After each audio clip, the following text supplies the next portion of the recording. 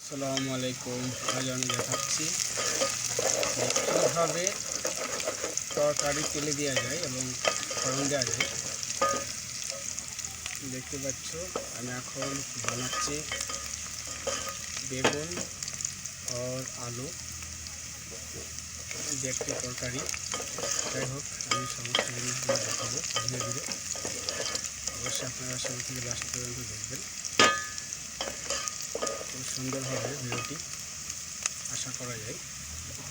তো এই দেখেন, আমি এখন তরকারিটাকে তেলে দেবো আর কি, ফোড়ন দেবো।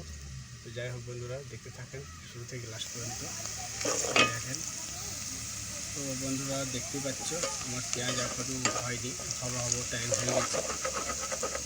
শুরু থেকে লাস্ট পর্যন্ত দেখতে থাকেন কীভাবে কী করছি। সেভাবে আপনারাও করবেন, খুব ভালো হবে তরকারির টেস্ট।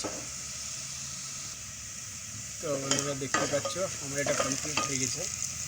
এখন আমি সবজিটা ওখানটায় ঢেলে দেবো। এখন তো দেখতেই পাচ্ছ সুন্দর করে। এখন দেবো আমি আদা,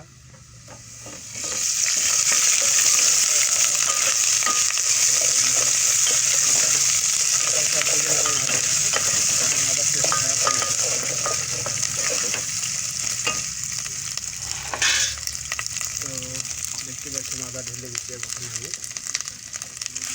ঢেলে দেবো। বন্ধুরা এটা আমার কমপ্লিট হয়ে গেছে।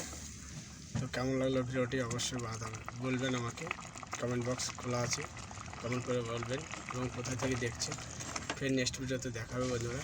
আজকের ভিডিও এতটুকুই, ফের দেখা হবে। ধন্যবাদ আপনাদের সবাইকে।